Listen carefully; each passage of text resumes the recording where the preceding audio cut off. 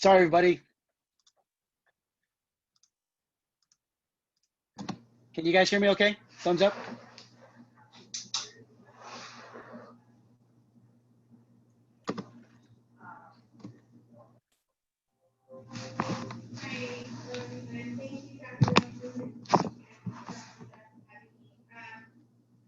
My experience is a little different. I've always been a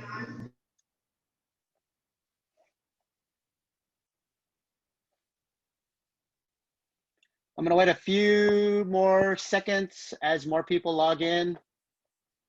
Apologize, I was on back-to-back Zoom calls. I was actually on the Laguna Atascosa Bicycling Committee meeting. So a lot of exciting things happening there as well. Just want to remind everybody, make sure you are on mute. That will make for a more pleasant audio experience for everybody. And we will get started in a few more minutes.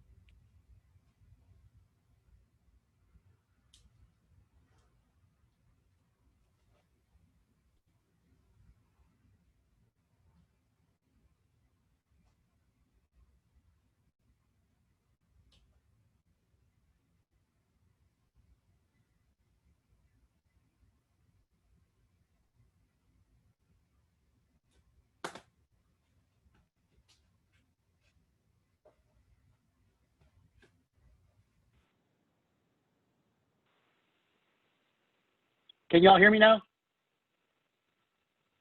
Thumbs up? Okay.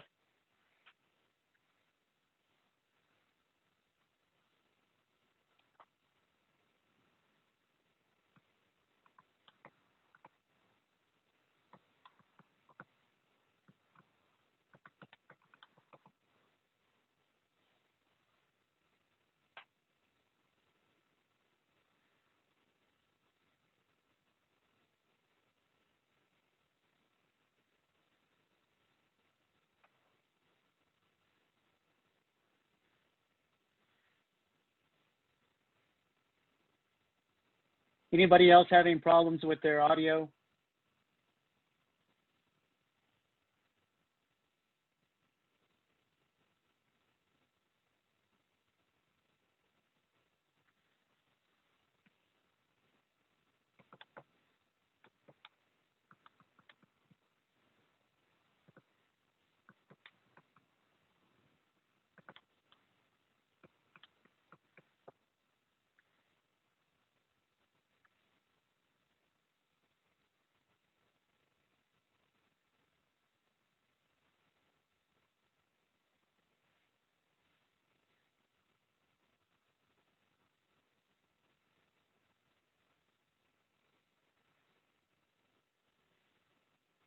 All right, I'm gonna wait about 1 more minute.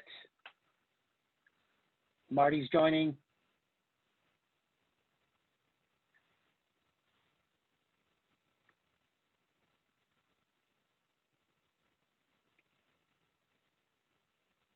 Everybody able to hear me? Okay. Yeah, when you log in on Zoom, you have to select your audio, whether you want to dial in with the phone or if you want to use your device audio. So I think that might be the issue for some people. Wait a few more seconds and then we'll get rolling. Lots to talk about tonight.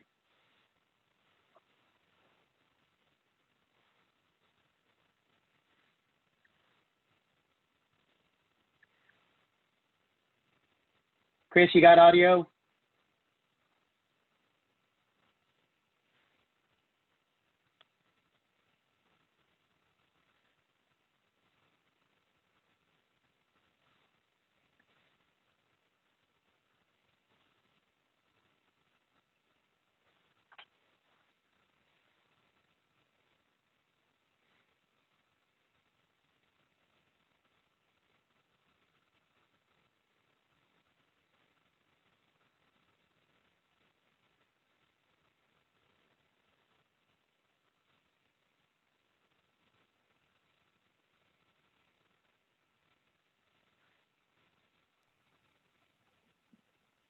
All right, I'm live streaming on our Facebook page, so let me get that set up, and then we'll get rolling.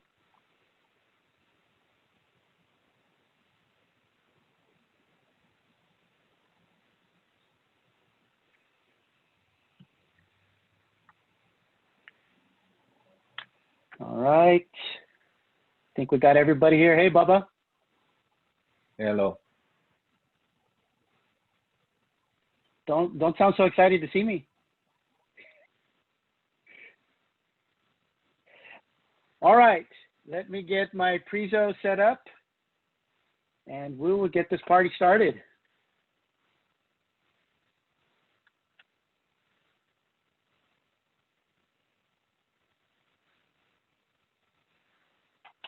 All right, everybody, welcome to our monthly meeting of the Valley Off-Road Bicycling Association, also known as VORBA. I am your founder and president, David Hernandez. With me, I have our now complete board. So Benito Chavez, our vice president. Benito, you want to say hello? Welcome, everybody.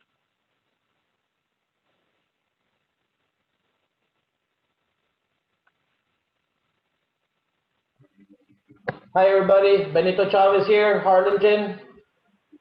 Glad to be here. All right, thanks, BJ. Katie, Captain Merla Watson, our new secretary, she's running a little bit late. I think Chris is here in her place to take notes until she gets here, but she'll be joining us a little bit late. Tracy Roberts is our treasurer. He was not able to make tonight's meeting. And then we have Joel Solis, who's one of our general board members. So Joel, I didn't see you on. So I think Joel might not be here either tonight. So that is our board.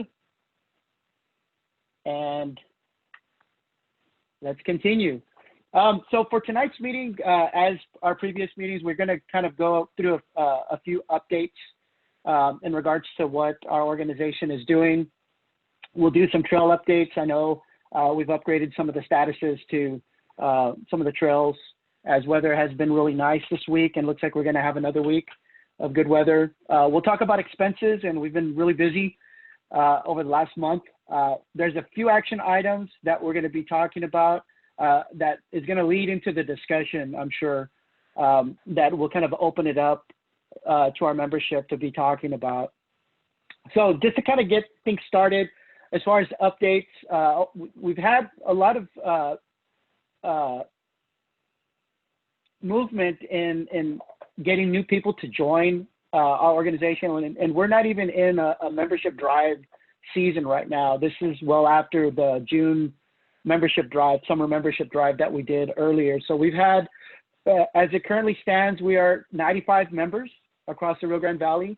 We've had 20 new members that have joined in the last 2 months, in August and this month, September, which is not done yet.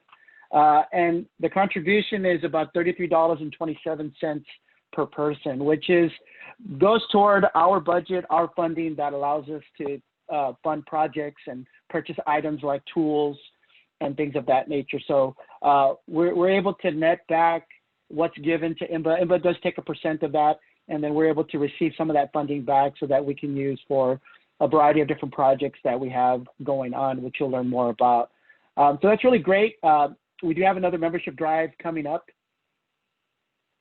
that I'll be talking about in detail in a little bit. As far as volunteering, we do keep track of volunteer hours using the Golden Volunteer app, which received kind of an update with their beta 2.0 version.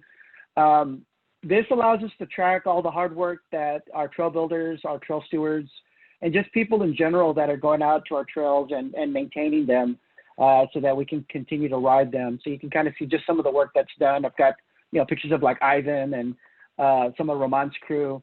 And without people going out there and, working on the trails, especially after a heavy rainfall or especially after a hurricane, then our trails are unrideable and people are not able to access them. So continue kudos to our trail volunteers and continue the work that you're doing.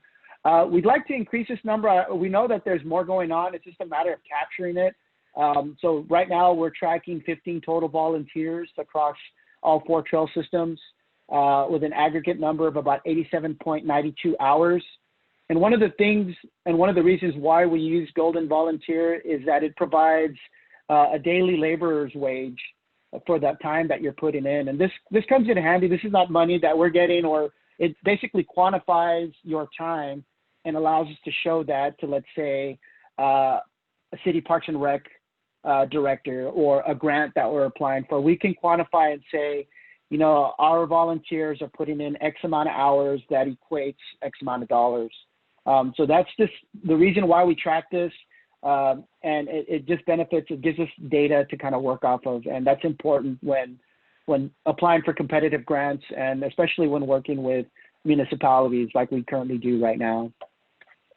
As far as projects, we've kind of outlined some of the initial projects that we've begun, and it's been a really busy season. We formed this organization back in May, and we're off and running with a variety of different projects that the organization is kind of co-leading or outright leading itself. So the first one was we kind of drafted up a basic rules of the off-road trail sign that we wanted to install at the 3 major municipal mountain bike trails here in the valley. So it's not a sign that says that we're governing and we're going to be citing people for violating these rules. It's just basic awareness. And, our organization is about awareness and education around people that use mountain bike trails specifically. So it's really to create awareness of trail etiquette for riders, for runners, and just general trail users.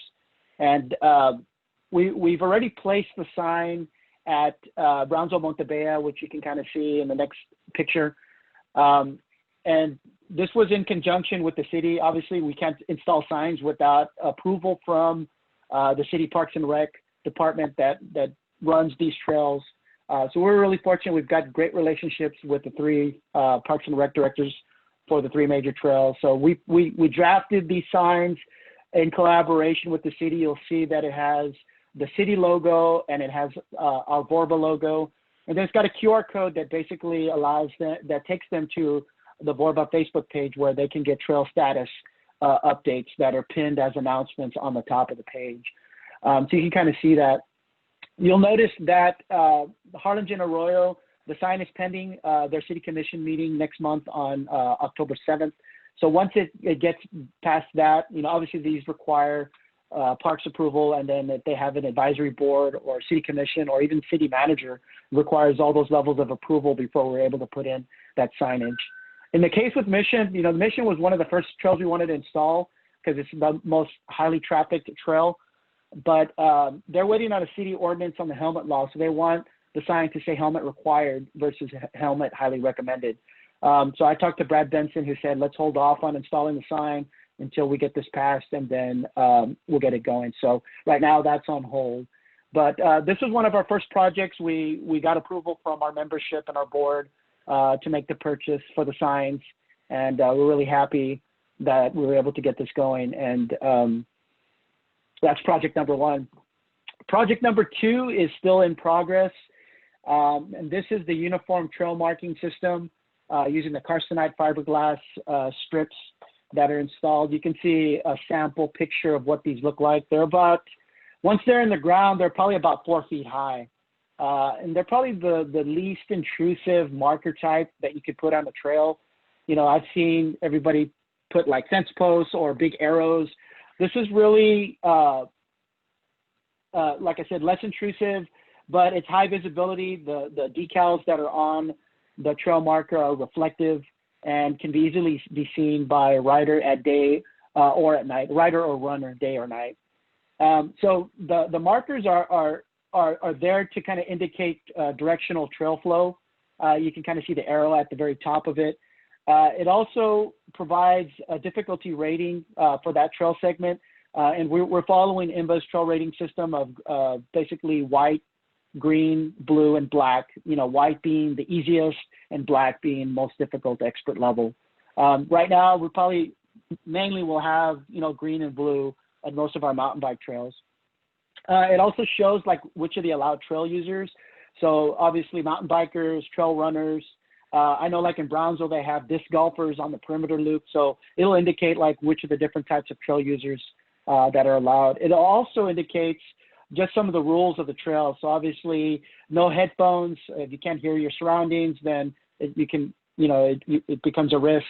I know in some parks they're not allowing leashed pets on the actual single track. They'll allow them on the pavement on the hike and bike, but the actual single track trail, no leashed pets, because that can be a danger to a rider that's coming at speed. And then obviously like no motor vehicles and stuff like that. And then it indicates the trail name, and then it has the VORBA logo on the bottom. And then it leaves it open to other things. We've talked about like color coding certain segments for like first responders, and then also adding segment names or mile markers that are on there. So that's ongoing right now as far as which trails are currently going to have these. Brownsville, Montebella, the Park and Recs Department actually purchased these themselves. They're actually standardizing all of the city parks with these trail markers that you see here. And we're purchasing the decals that are going on there just to kind of make that initial investment and to also demonstrate, you know, how to set up the system. Harlingen Arroyo also, we're waiting on that October 7th City Commission meeting. And from there, we'll be able to install them sometime, hopefully next month. And those are ready to go. And then Mission, we decided to hold off a little bit, and we'll talk a little bit about why later on into the session that we're on today. But there's some discussion that we need to have around exactly where we would install these on the Mission hike and bike trails. So that's kind of the second major project that we're working on, that uniform trail marking system. And we're leading the way with not only educating the city parks department on how the signs work, what goes on them, but also investing some of our budget on that as well as to kind of lay that foundation, plant that seed for our mountain bike trails. Other projects that we're working on. So we're currently working on the Dig-In grant, which is offered in conjunction from IMBA and Shimano. These are offered quarterly. So the next one opens up October 1st. We did miss a window from the last one. We weren't really ready with the application. It requires an application and wording as far as what your project is going to be. So I decided to delay it a little bit. We do have another window that opens up with this next quarter, quarter 4, which opens up October 1st, and applications are due in November. But basically, it's $1,000 matching grant. So we basically fundraise $1,000, and then Shimano IMBA match us with another. So it's about $2,000. You can go above that, but they only match the $1,000. So there's 2 projects that we kind of have in the pipeline that we're working on. And you all heard this in the last meeting, and I'll just kind of rehash for some of you that were not able to make that one. But the first one was the pump track for Montebella Park. So pump tracks that we're building, these are not like the fancy Velo design solutions. If you've been following the San Antonio McAllister Park pump track, you know, they went all out. We'd like to do that, but I think just to get this going, we're going to start off with a dirt pump track that is going to be located there by the parking lot in Montebella. We kind of changed locations. It's going to be on the other side of the parking lot, closer to the perimeter trail. We're going to do this project regardless of the grant or not, but the funding would help and allow us to get some other little amenities like benches and places where people can kind of be able to watch, you know, the action that's happening around the pump track, and get some other things that we want to invest in, like some of the polyurethane foundations that you put dirt on top of and things like that. It's a basic figure 8 design. You can kind of see what it looks like there in the photo, with berms on the 4 corners and then rollers and tabletops in between. And that might change a little bit as it evolves, but the city has committed to providing a water source, so that we can, you know, obviously when you're working with dirt, you got to be able to pack it down. And the proposed budget from VORBA is $2,000, and the city is providing the dirt and a work crew. So they'll bring a backhoe and they'll lay down the dirt for us, and then we can sculpt it as we need. So right now, this project is scheduled for Q4 between October and December. So we're hoping to get this off the ground right after we implement the trail markers. This is going to be the next thing that we do at Brownsville Montevideo. So, so yeah, it does require a pretty extensive application. We have to put all the wording in it and things like that. All right. Let's see here. Just want to remind everybody, make sure you're muted so we don't pick up any background noise. The other project that we have in the pipeline, and this is not final, this is kind of what we kind of brainstormed that we wanted to go after. So for Q1, this would be starting in January. We'd like to kind of build up what we're calling the mountain bike skills section of Henry Roberts Loop in Harlingen. So we're going to get ready to open up a space in that's just outside of the Henry Roberts Loop that we've designated for as a skills park that's going to have some features. It's a really unique area because there's slopes on both sides. So you can get really creative on what you design in there. So you can build jumps and a lot of the enduro downhill style of riding that so many riders are requesting nowadays. So this is something that we might go after in Q1. We kind of have to prioritize because we can only do one project as a chapter per quarter. We can't do multiple. So once we get that Brownsville pump track going, then we can go after another project right after that. Now, this is not saying, I know talking to Mission Parks, they want to get a pump track going at Mission as well. So we might prioritize them because it's a more trafficked park, or if Harlingen's ready to go, we'll do that as well. So, and this is just basic feedback and response to needs that we hear from the community. And we're really open to design ideas and features that you would like to include and things of that nature. And then the final update that I have for you all before we go to trail status is starting in October, we have our fall membership drive. So if you remembered, we had our summer membership drive that started in May and went through the month of June. And we basically netted about almost 75 people during that membership time. So we're going to be doing that again. It's about creating awareness about what VORBA is all about. You know, there's a lot of misconception that, you know, we're some sort of governing body but we're really not. You know, we are a nonprofit. We are a local chapter under the International Mountain Bike Association, which is a worldwide mountain bike conglomerate of trail builders and riders and advocates. And we're part of that. So it's a matter of creating that awareness and getting people to understand that we're a good thing. We're not here to police anybody or to do anything like that. And I think there's some education that needs to be done with a lot of the ridership that's out there. But just to kind of give you all an idea of some of the things that we're going to be doing, there are what they call bike hang tags that we can provide our local bike shops that they hang on the mountain bike, on brand new mountain bikes that are at the shop. And it tells people what our organization is about. And you can see some of the samples that are on the screen right now. It has our logo. It has, a link to our site or a QR code.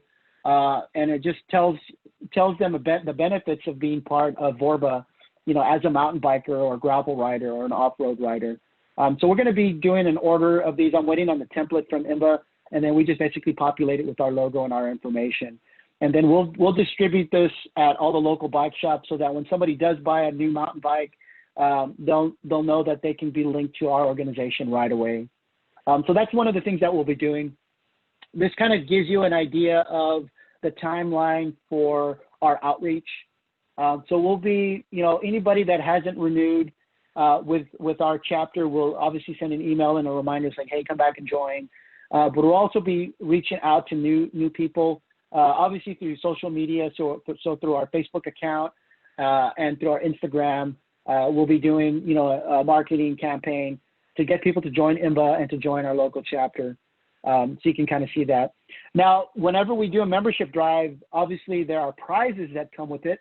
So there's a total of 16 prize packages that are offered from companies that you see up on the screen right now. So they're giving away some really nice prizes. So you'll see they're giving away 2 Yeti bikes, you know, the SB165 and the SB140, and you can kind of see the value of those bikes. Those are high-end, you know, all mountain style mountain bikes that, you know, would be nice to have in anybody's arsenal. But they're also giving away things like bike racks, you can see from Rocky Mounts and Kuat. And then they're giving away other items, you know, including a $2,000 voucher for Jensen USA. So we'll continue promoting that. It's a great incentive for new members to join because they get a chance to win any one of these prizes, and it incentivizes them joining. And for those of you that don't remember, you know, it's a minimum of $6 a month to join IMBA and VORBA, or it could be $50 annually, whichever one that you choose. And there's different scales you can go from there. But I think $6 a month, you know, that's Netflix territory, and it's doable for a lot of people, and they can kind of choose if they want to continue month to month. So it's a really a lower bar of entry for a lot of people that are new to IMBA and want to try it out and see what the perks of membership are. And as I mentioned, you know, last month I did a session on some of the membership perks, specifically Expert Voice, which is a shopping site where you get pretty significant discounts on a lot of the mountain bike cycling brands and outdoor brands that are out there. And then last announcement and update. So one of the events that IMBA hosts annually is Take a Kid Mountain Biking Day, which falls on the first Saturday of October. So we're going to be taking part with this activity. We'll be hosting at each of the 3 city mountain bike parks in the Valley. And here's some details that go with it. It started back in 2004. It's actually recognized by the U.S. Congress as a designated day. For people that are coming out to participate in this, so we'll offer this from the hours of 8:30 a.m. to 10:30 a.m. at each of the 3 city mountain bike parks from Brownsville to Mission. And for people that show up, they're going to be getting a race plate for the kid so that they can put on their bike that has our logo. We're being sponsored by Bicycle World RGV, which is going to be offering some raffle prizes. So we'll be giving the kids a race plate to put on the front of their handlebar, and then all participants will get a decal that looks like this. And this is going to be one of our expenses for our organization as part of this annual. This is the one event that we host as an organization a year. So just to kind of create awareness around what VORBA is, celebrating International Mountain Bike, Take a Kid Mountain Biking Day, and they get some nice swag. What we're doing is we're asking people to post pictures of them and their child or their kid mountain biking, and then they use the hashtag, which you can see there on the bottom, TKMBD with VORBA. And that allows us to see the photos on social media, and then we'll use that for the raffle prizes. So we're not going to give away a lot of stuff. I think I asked Tracy for like 10 items from Bicycle World. So we'll have some swag items that we'll raffle off for people that are participating. We want to discourage a large group rides, so that's why we're not leading, you know, groups into the trail or anything like that. It's kind of do it on your own and do as much as you want. But we want to create some awareness around VORBA and to celebrate this annual event. So that's kind of it for updates. Any questions so far before we go on to trail status updates?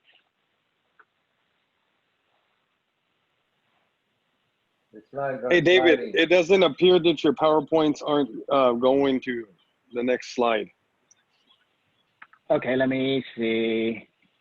Or I'm still stuck on the VORBA logo. I don't know if anyone else is having that. Yeah, same thing. The only thing I could see was a VORBA. Oh, who them handsome gentlemen there? There we go. Okay. Hey, David, Maybe did I needed to you refresh say it. the hashtag? Yep. Did you say the hashtag for bringing your kid to mountain bike day was VORBA? Yeah. Okay. Can you see it there on the bottom of the screen? Okay, got it. Whoa, that's a It's long actually- hashtag. I know. So, I mean, they can Okay. just do the TKMBD, but this allows us to identify them as ours. Okay. Yeah. Okay. Any other questions? I covered a lot, so, and I apologize if you all couldn't see it.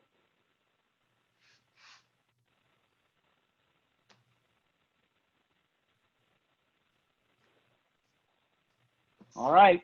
Any last questions for the cause before I turn it over to BJ?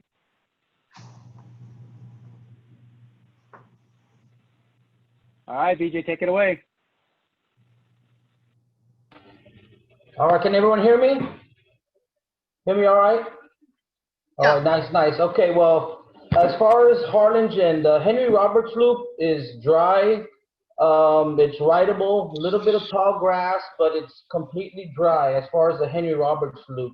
The thicket is way overgrown, still has some standing water. You know, it still has some muddy areas, so it's going to be considered still caution. Montebella, I get reports that it's pretty much completely dry. Some trees are down. The canal's mowed, ready to go, but still has a little bit of water. So again, that's also going to be for caution. You know, as far as Sullivan City, I think Marty said he's going to try to go this weekend. It's been inaccessible. So no report as far as Sullivan City. Mission, Roman and his crew, they've been cleaning up various areas, but they still report some standing water, some mud. So again, it's going to be caution. Of course, thanks to everybody for all the work you've done. We still have a lot of work to do. So all the trail stewards, feel free to set up a cleaning date.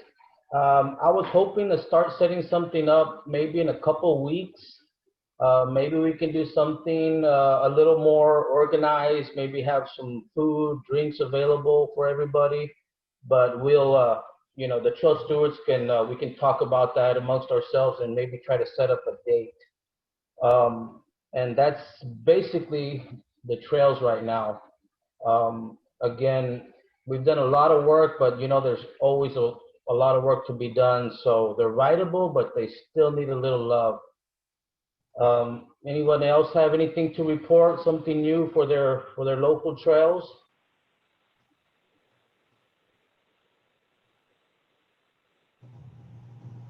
Did everyone get what I said? Anyone heard me fine? Yeah, you're good, Yeah. BJ. Yeah, sounds good. Whenever Yeah. you guys want to set a date for the thicket or the Henry Roberts Loop, I'm available. Just if it's going to be during a weekday, I'll just have to pull some strings at work, but I'd love to get out there. We'll get together and we'll come up with some dates. But again, anyone's always welcome, obviously, to go anytime. But I'd like to get some organized dates up there so we can get a pretty good group going and really take care of some stuff. Awesome. The Yeah. trail building WebEx was very, very good, or the trail maintenance WebEx that INBA hosted. I think identifying a couple of low spots or areas that could perhaps utilize some work so that we're not continuously maintaining them every single time and they just maintain themselves would be a good idea too. Yeah, I learned a new term during that webinar. Was it rock armoring? Rock armoring. I've never heard of that. Yeah, rock armoring is basically when you lay down rocks to cover a muddy patch or a flooded area. So yeah, that trail building webinar, I'm hoping they recorded it and are going to share it. But that should be standard viewing for any trail builder or person who does trail maintenance, because they covered a lot of good information that's even applicable to our trails down here. You know, a lot of times they show trails, terrain that we don't have, you know, like rocks and mountains, but a lot of it was applicable, you know, when talking about, you know, flooding or spillover or runoff water and things like that. So again, that's a really great perk that's afforded to us as being a local chapter under INBA. I have something to do. You heard me? Yes. Go ahead, Roman. Okay. Yeah. Hi everybody.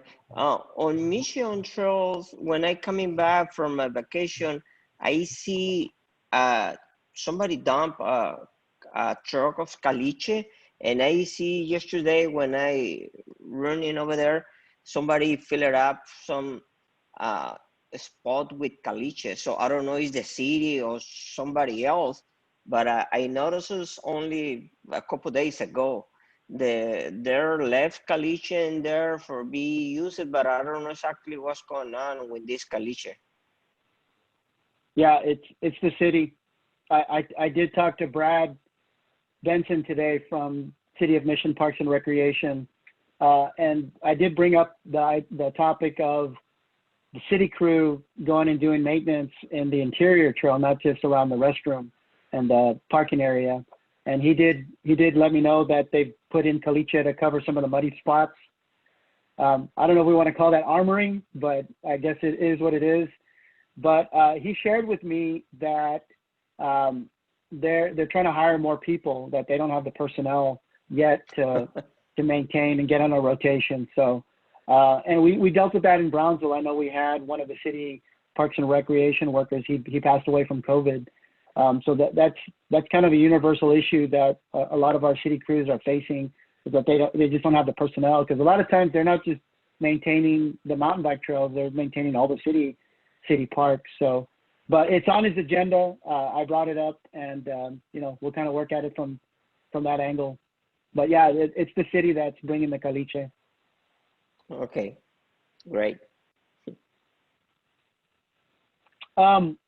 I did want to address another topic, and this caused quite the uproar. I kind of kicked over the beehive when I posted this on our community page. But the topic of rogue and illegal trail building, you know, it again, there's a misconception as to what this organization is about. You know, we're not here to police or control or to shame, well, maybe shame, you know, people that are doing, you know, rogue or illegal trail building, you know, that they're going and rerouting specific sections of the trail, or they're modifying it by adding things, berms and things like that. And, you know, VORBA is really here to educate people on the do's and don'ts of trail building. And, you know, unfortunately, a byproduct of that is people feel it's their right to go out and do whatever they want, you know, and it's not public land, it's city-owned land, and it's private land that they're doing this on. And with that, you know, there comes a process into how it's done and how it's done correctly. And in the case with Mission Trails, and you can kind of see the photo on there, you know, there was a ramp that's been there for some time, and it was knocked down, it was destroyed. And a lot of people were pointing fingers at this organization that we did it intentionally to prove a point, and that's not the case. You know, we're not in the business of knocking things down or taking things away. You know, we barely have enough time to maintain what we do have, much less have time to be destroying, you know, things that people build up or erect. But if anything, it was a point to be proven that, you know, when you build something without telling anybody, especially when you do it on private land, you're subject to it being removed. And that's exactly what happened. You know, somebody that saw that felt it didn't belong there, and they didn't get anybody's approval for doing it, and they knocked it down. And we've got to educate people, you know, don't put in your time and energy into building these things when it's not going to stand, it's not going to last. And, you know, our organization can help, and we can advocate for installing features like this, but to just go out and do it on your own is not going to help anybody. And you're really leaving yourself open to it being destroyed, you know. And it's funny because one of the guys said, just ride around it. You know, we like to write features like that too, but, you know, we want it to, number one, be well built. And number two, we want it to be legal. You know, we want it to be permissible and not subject to somebody removing it, and much less, you know, a ramp built out of pallets. You know, those of us that have ridden actual wood features know that you don't build a solid ramp out of a pallet. You know, you get cedar, you get good wood that's going to withstand weather and so on. So, and something that kind of stuck with me from the Trail Builders webinar was this, and it's a different perspective for us to see. You know, if you have rogue trail building happening on your trails, it means you are not meeting the needs of your riders. And we're seeing a lot of this happen because people feel that our trails are not challenging enough, and that's a valid argument. And we're not building areas that meet the needs of people that want a more aggressive style riding, whether it's enduro or downhill or BMX or whatever other varieties that you call it. So we have to be mindful of that moving forward, you know, and not just discard people that have ideas. And we've got to give an outlet to do it in a responsible way, and not just shun away people that are doing that. So that's just something to kind of keep in mind. And in regards to rogue trail building, I'll open it up. I know that's a heavy one to digest, and one we've been kind of on the last month or so. But any feedback or perspective from anybody? Yeah, I got a question. What is the correct way of going about it, of building either features or trails or whatnot? That's a great question.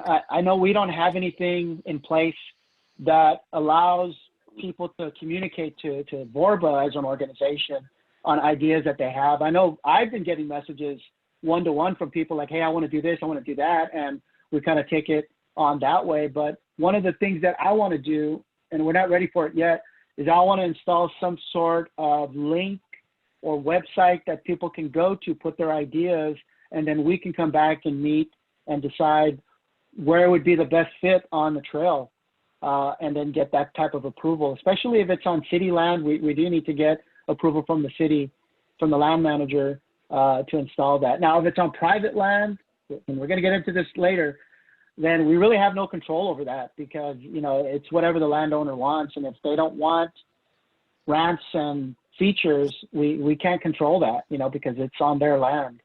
But we're here to help. You know, we're open to it. It's not that we're saying no to everything. You know, we want to do it in a responsible way. And if we build something, we want it to last. We don't want it to be, you know, something that's done in over a weekend and then it falls apart, you know, after people ride it a couple of times. So we want to install some sort of system that communicates to our trail stewards, that people can submit ideas and features that they would like to include into the trail. So that's something that's in the works and we'll work on. And to add to that, I'm sorry. And David, I'm sorry. Go ahead. Oh, I'm sorry. I was just going to say that that's an excellent idea, and that that's a good way to diffuse this like anger or hostility by creating an outlet that people can, you know, express what it is that they want and have those like addressed somehow, even if it's like, well, you know, that's not appropriate, you know, just like create discussion and feel heard. That's all I wanted to say. And yeah, I mean, just what I wanted to add to that, I'm sorry, David. Open. Go ahead. What I just wanted to add to that, David, in addition to the ideas of trail building or features building, maybe create a list of volunteers that are able to do certain type of jobs for that respect. For example, I can do wood features. I've done them in the past. You probably have been reading some of the features that I've built. So they're out there. But, you know, I think maybe somebody has capabilities of doing other things with dirt or equipment that they can bring to use for that purpose. Again, just an idea of creating that database of resources. I mean, I think the biggest thing is probably getting city approval. And we can have all these ideas and have people do the work and stuff, but if the city doesn't approve, we're not gonna get anywhere. The first thing would be the city approval, I think.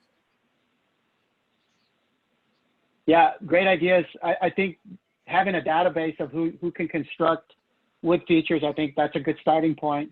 And then, you know, a method, so what we're trying to prevent is that we want to be the conduit that connects with the city with what wants to be added versus 10 different people approaching the city and say, hey, we want to do this, we want to do that. And it gets really confusing that way.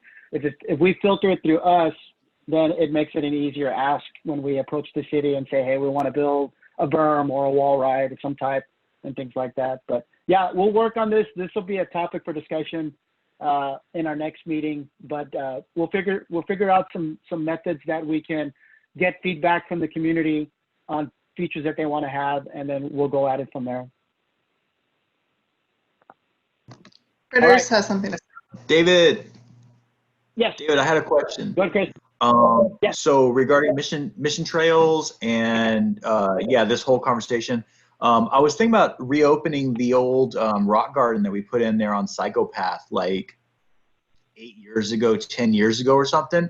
But it occurred to me now, like through the lens of what's happening, like I don't want to go out and just reopen it because there's no signage explaining it's there. It's a very different time than it was, you know, when we put that in. So, I mean, is that something we want to do? Talk to Roman about it, whatever, make some kind of sign. I mean, that's like a cool, challenging thing that people could use. It's there already. It just needs to be tweaked a little bit and some weed eating and open it back up. Yeah, I think it's totally on the table, especially now that we've tabled installing the trail markers. Once we do the trail markers, then we can designate that area, you know, as a blue section or a black section or whatever we want to categorize it as. But yeah, I think we need to take a look at you know, features that were installed before that we can maybe resurrect. But hold on, because Psychopath, it might be an issue. We're going to be talking about that in a little bit. Okay. All right. As far as expense report, Tracy's not here, so I'll go ahead and go through it with everybody. Right now, our account balance is $1,437.29. We have spent some money. You can see some of the expenses that we've made. So the off-road trail rule sign in Brownsville was $121.24. We bought the mountain bike decals that you can see up on the picture. Those were $54.18. We did buy trail markers for Mission. That was $782.22. And we also bought the decals, which was $304.45. And then we bought anchors. So the trail markers on the very bottom, they have an anchor so that if you try to pull it out, it kind of prevents it, makes it a little bit harder instead of people just being able to pull them out and toss them. And that was $179.97. We do have our next quarterly deposit from membership dues that we'll get October 1st. So our budget will go up. So you can kind of figure to install 40 trail markers with decals and anchors is about $1,200 more or less, give or take a couple of dollars and cents for the trail systems that we're working with. In the case with Brownsville bought the trail markers, we bought the decals. In the case with Mission, we bought everything. In the case with Harlingen, we're going to be buying the markers and the decals as well. So, and again, this is just to get them acquainted with the marking system. Our hopes is that the city does include that in their budget when it's time to install new ones or to reinstall or to add new decals and things like that. So we have a couple of action items, and you should have received the link. If you don't have the link, I can give it to you in the chat. on things that we do need to vote on. So Katie, do you want to take the lead and kind of go through what our action items are? Does that just mean that I read the PowerPoint? Yes. Okay. Budget approval Q4 2020. Expense approval, trail marker decals for Brownsville, Montebello, $320. Fall membership drive bike hangers, $120. TKMBD decals and plates, $150. And then Save Mission Trails again, petition and media campaign. We're going to talk about that last one in the discussion. Okay. Thank you, Katie. But yeah, these are the expenses that we have for the coming month, as outlined in some of the updates that I've gone over with you guys. Any questions? The link for the voting is in the chat.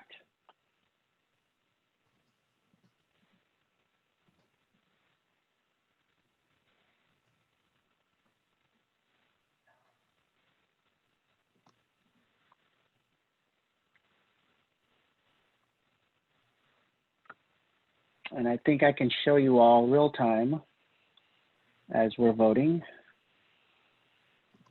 Can everybody see that? I don't know how. We got 100% across the board. I'll just, okay. Did you vote already? Yes. He said he put the link in the chat. Looks like.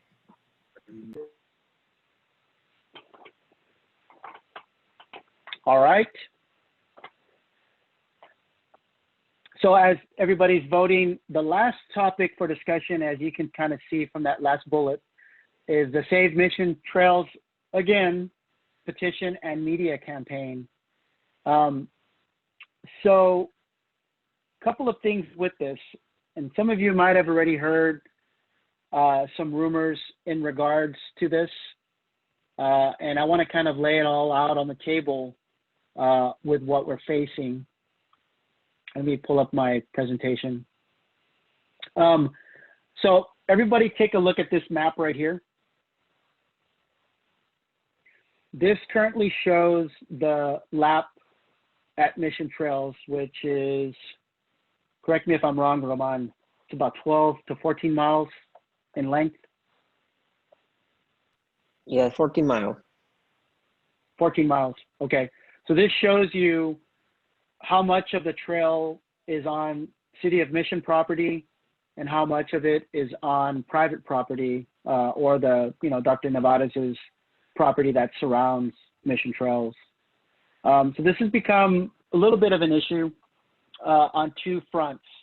The City of Mission property, as everybody knows, coexists with the Mission Gun and Skeet Club, which is on the right side of the City of Mission logo that you see on the map. They're getting ready to expand their facilities, from what I understand, that is going to conflict with some of the existing trail, specifically Psychopath and some of the other areas, some of the wooded areas of Mission Trails. So we're in jeopardy of losing some of that trail or having to reroute trail around whatever the expansion is going to be. I was told that it's about 3 to 5 acres that the gun club is going to take from the trail. So we have that as an issue.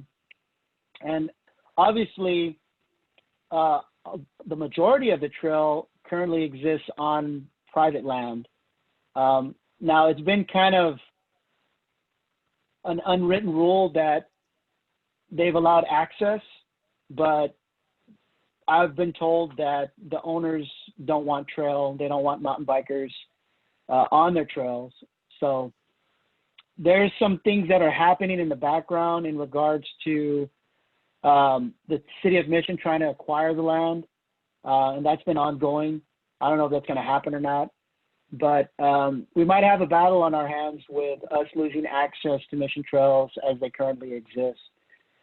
This is kind of why I've been telling people, it's like, don't do illegal or rogue building, because it's just making our cause more difficult, you know. And this has been kind of the history of Mission Trails, you know, going on 20 plus years.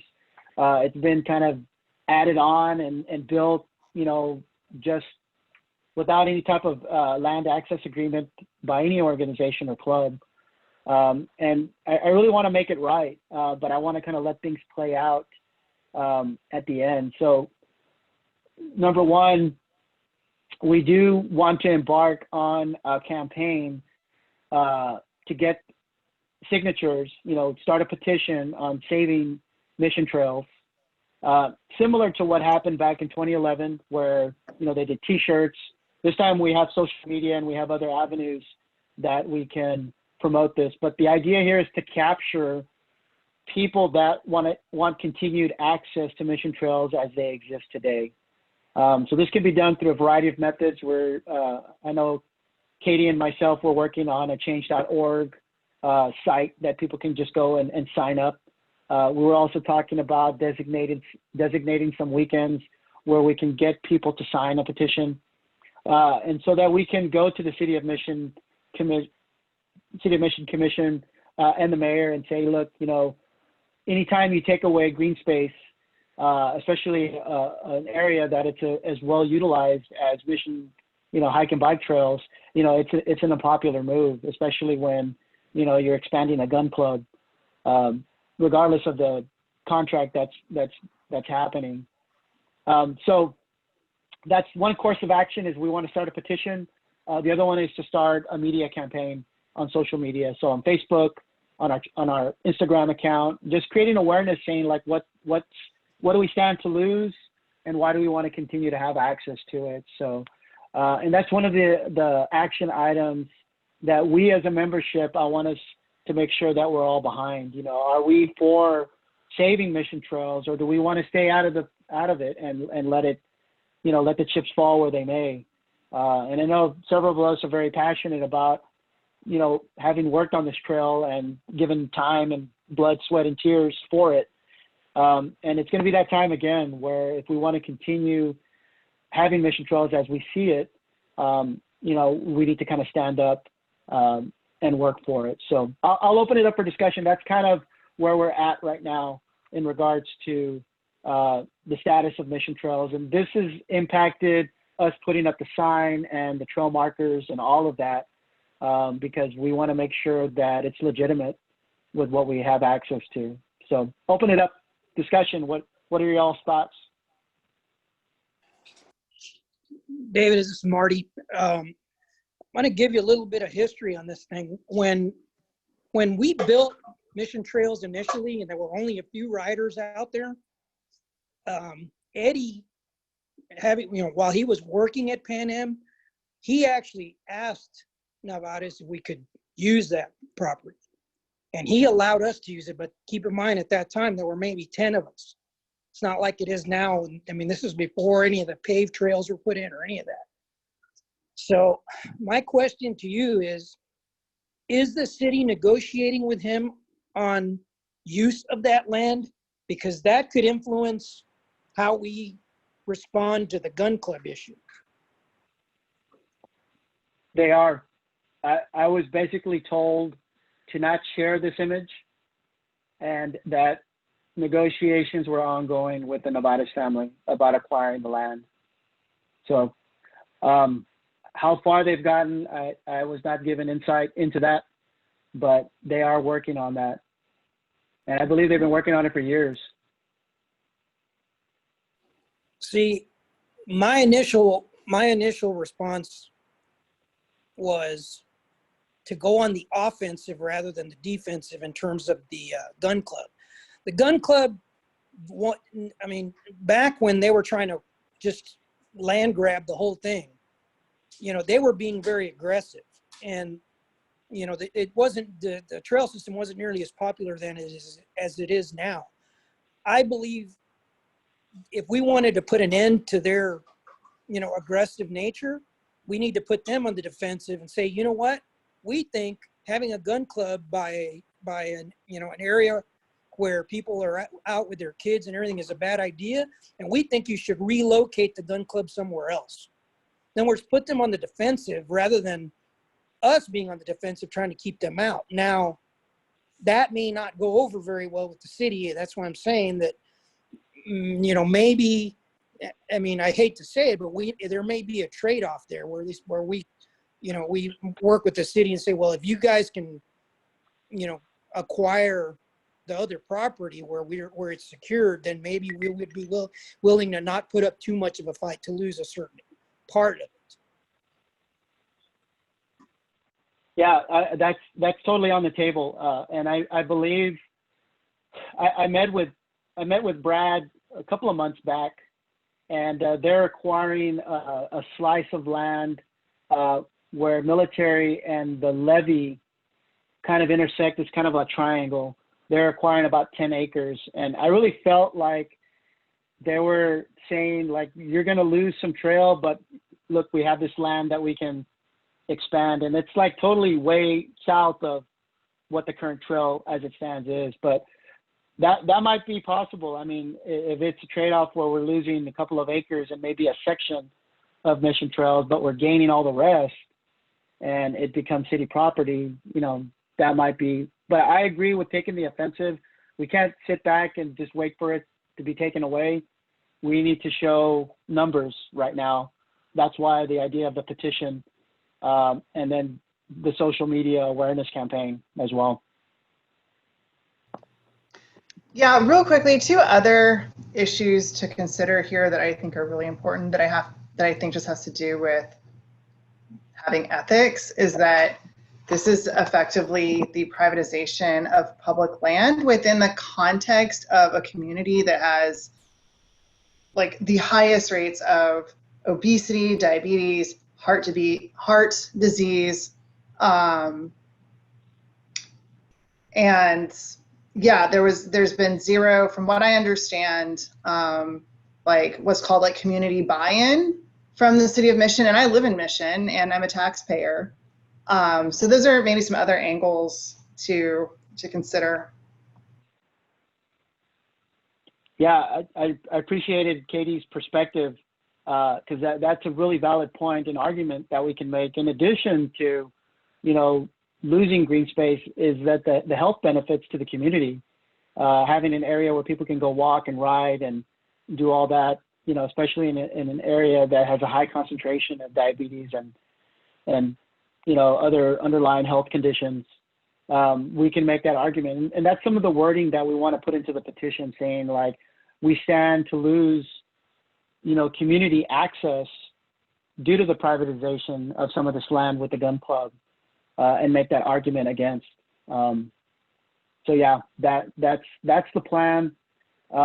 Unfortunately, you know, due to the fact that we're still in a pandemic, you know, we can't go show numbers at a city commission meeting or anything like that. I don't even know if they meet face to face anymore, or maybe it's just the commission that meets, but we do want to show presence. We want to show numbers, and be on the offensive to go after this. You know, I did reach out to IMBA in regards to legal resources that they had, and the first question they asked me was if we had any type of land access agreement with the city or with the private landowner, and I told them, not that I was aware of, maybe you all can correct me if I'm wrong, but there's no formal agreement that we have for access to Mission Trails, whether it was done with previous clubs or organizations. But that's something, when it's all said and done, we're going to need to have, so that we don't face this every 5 or 10 years, like what seems like is happening right now. Any thoughts or perspective on that? Yeah, David, it's Chris. Yeah, you know, maybe, you know, again, going back to Glenn, if somebody can talk to him, figuring out what the settlement was basically that he negotiated from the last thing, because that was basically legally binding as I see it as a layman. And, you know, he did negotiate a lot of things out of that, like the rest stops, the bathroom, as I understand it. And part of that negotiation was the current border of the park. You know, so it seems like that would be something to go from for IMBA, for example. Even if you know, Glenn or somebody else isn't going to take a legal route again, the way they did before, that did delineate clear borders for the gun range and for the bicycle park. That's all I got. Yeah, definitely. I think the next step, our board does want to talk with Glenn and discuss what was agreed upon in the last litigation that happened between, you know, that he represented at the time. I think it was Cactus Cruisers Club and the city. I do know, you know, when talking with Brad today, he did mention that one of the components of that agreement was that volunteers would maintain the trail. It wouldn't be the city. So I thought that was kind of interesting. He kind of called that out, like calling us out on asking for assistance from the city to, you know, to trim or cut. But we need to revisit that. I'd like to see what was agreed upon, like you're saying, if it was agreed that they keep the existing boundaries of the gun club, or, you know, if there was a time frame or an expiration date on when that happens. I need to get on the same page with what was agreed upon, what Glenn litigated back then, so we can kind of move forward from there. If the city is acquiring more land further south, then maybe we should try to get them to relocate the gun club down there where they're further away from the public. I totally agree. I find it bizarre that there's a gun club so close to such a widely used community trail like Mission Trails. That's why I say, to me, that's an easy battle, because it looks bad any way you paint, especially, you know, last time they were trying to give that land away for $1, you know, and that's public land. So I don't think it would be a very, you know, from a media standpoint, it wouldn't be a very difficult sell to say, look, this is an unsafe condition and we need to improve this. We have, you know, families out here. We don't need people shooting guns right next to them. Yeah, I totally agree. And that's on our agenda, you know, beyond the petition and social media. You know, we do want to include, you know, the media in part of this, you know, having Channel 5 or Channel 4 come out and do a story and just create awareness in the community, because it is an unpopular move when people see it. Well, I mean, it's also worth noting that this was a backdoor deal, that the city did it furtively to keep it from the public and the taxpayers.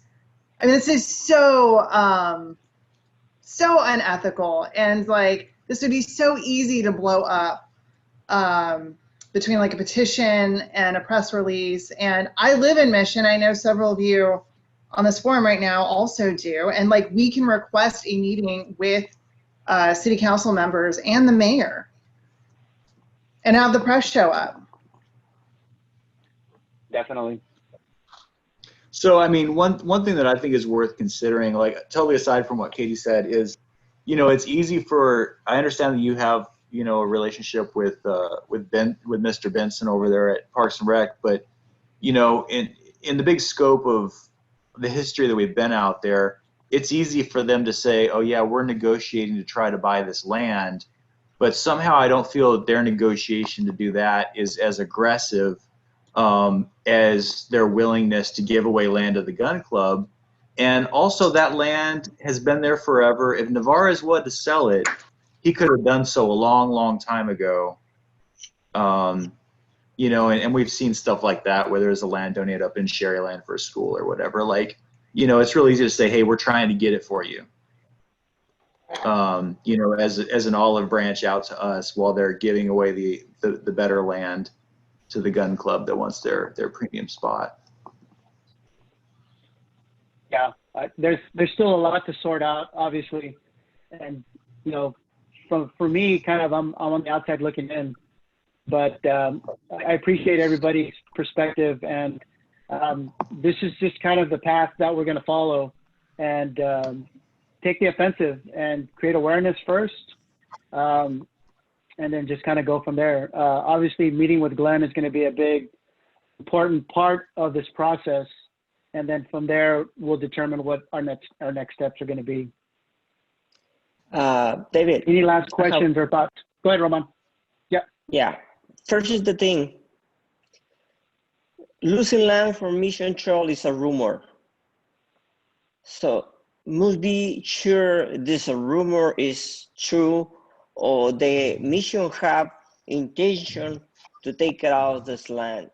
First, to start to make an action, because we don't need to be involved like an action like that one, and this is in this rumor is not a true. So we need to make an investigation, like see the real contract Mission City have with Gun Club. Is not like Brad tell to you or anybody tell to you, like a real paper.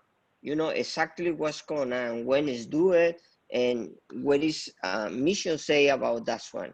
First is the thing, because if we start a petition or something like that one, and this rumor is not real, so we're losing like the relationship or organization with the Mission City. I think so. That's a good point, and why we're kind of bird walking this whole topic is, you know, if we come out with this campaign, you know, we're going against the City of Mission Parks and Recreation. So again, a lot of this is going to come as a result of, you know, our board meeting with Glenn, and then deciding what's going to be the best course of action from there. It's completely possible, like what you're saying, Roman. I mean, there could be nothing that happens. You know, maybe the gun club is not going to expand and they're going to just keep their existing territory. You know, a lot of what we're hearing is just based on word of mouth and, you know, conversations that I've had with Brad, that he's indicated that this is something in the works. But yeah, I think we need to kind of get all the facts together and then decide what's going to be the best course of action. But I do think, to Marty's point, we can't sit back and wait for it to happen. You know, we do need to take the offensive, because we've been down this road before. We've had this issue before.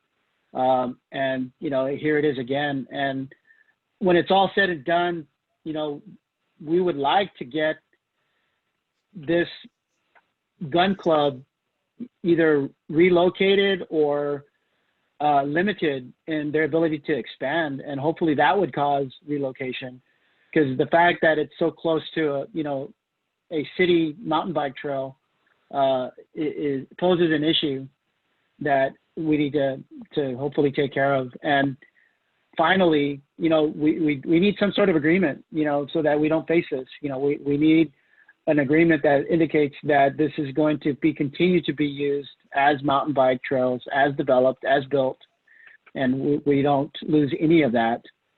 Exactly. So a lot of things to consider. We'll keep everybody in the loop with updates before we take action on anything. But just kind of know that this is going on in the background, and it's developing really fast. So stay tuned and just hope for the best. Okay. Any last questions, or we're over time? Just one thing to add on the media stuff. I got family that works for a lot of media outlets. So if we do want to go to that point, I could have some direct contacts that we can contact. And then from there, maybe start, I don't know, working on getting an anchor out, a reporter out, or maybe just somebody to listen to us, because I have that immediate direct connect. That's with the Valley Morning Star in Harlingen, the Monitor, the Brownsville Herald, and a couple video outlets too. Okay, Patrick. Thank you. If we get to that point, we'll do that. Yeah, that we need, as David and I were talking about, like we would also need to write a press release before seeking media attention in order to frame it for the media. Absolutely.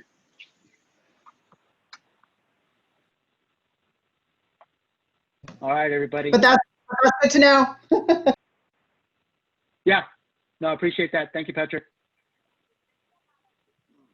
Any last questions? Anything for the cause?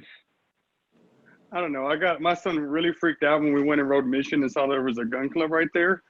I freaked out the first time I went by too, because I'm in Harlingen and I just stuck to riding the thicket. And my girlfriend's from far, so I rode Mission with her, and my son and I went over there, and I was pretty blown away that they would have that right there. I mean, accidents happen, and last thing you need is, you know, a fatal accident or something that's gonna, it's just a liability in my opinion. And my 16-year-old son was just like blown away. That's all I gotta add. It may be worth looking in to see if there are any sort of federal regulations that they might be violating. Yeah, I know when I reached out to IMBA and I told them that, you know, about the gun club being right next to the trail, they were like freaking out that they had never heard of anything like that. So it's definitely a unique situation. And they want me to keep them in the loop about what's happening. So yeah, really unique scenario that we find ourselves in, but hopefully we can find solutions. On another All right, note, everybody. on another ahead, note, Marty. just give everybody a heads up. Since we've been having so much issue with the road going to the Sullivan Trails, getting really, when the hurricane hit, the road was torn up like we've never seen it ever in the past 10 years or whatever, since we've been riding out there. And the last time we went out, it was still impassable. And we found kind of an alternate parking area for now. So if the road situation doesn't improve, we may mark a different parking spot. And it's actually right at the end of the asphalt. So it's right there. It actually makes it a little bit easier, but then you've got to ride from the parking area to the trail. So we'll scope it out and we'll let everybody know some more this weekend. Hey, Marty. Sounds good, Marty. Yep. Has anyone tried to go from the little further west? What's the name of the high school? There's a back way. Yeah, I mean, going from the other side of the entrance to the trail. Yeah, we looked at both driving in from the other side or parking at that school and riding over. Yeah. It's further than what we're talking about. From Kitty Creek. And the road on the west side, yeah, actually gets muddier than the one on the east side normally. So really? We're kind of screwed either way. So, there's our solution, though. We need to worry more and more about Sullivan, less about Mission. Well, yeah, but we have different issues over there, I guess. Yeah, it's not our biz. So, all right. All right, everybody. Last detail. I upload our monthly meetings to our YouTube channel. So I put our first meeting from July on there, and I have to upload still August. But for anybody that misses the meetings or not able to join, you can go to the YouTube link I put in the chat, and you can watch any past meetings to review topics that we covered. So just want to make sure that all membership has access to meetings that we've hosted in the past. Appreciate all of you. Appreciate you taking out time, and appreciate you all investing in the continuation of mountain biking in our community. So a lot of great things happening. Promote Take a Kid Mountain Biking Day next Saturday. I'll be announcing that on our page, and I'll have some assets that you can download. There's a little flyer and some other stuff that you can share. The cities are also going to promote on their city parks and rec websites as well. So, and anybody that wants to volunteer and be in the parking lot to give out the race plates and the stickers, more than likely, more than happy for anybody to help out. We're going to be doing this at Montebella, at Harlingen Arroyo, and Mission Trails. So, and again, it's just 2 hours on Saturday morning.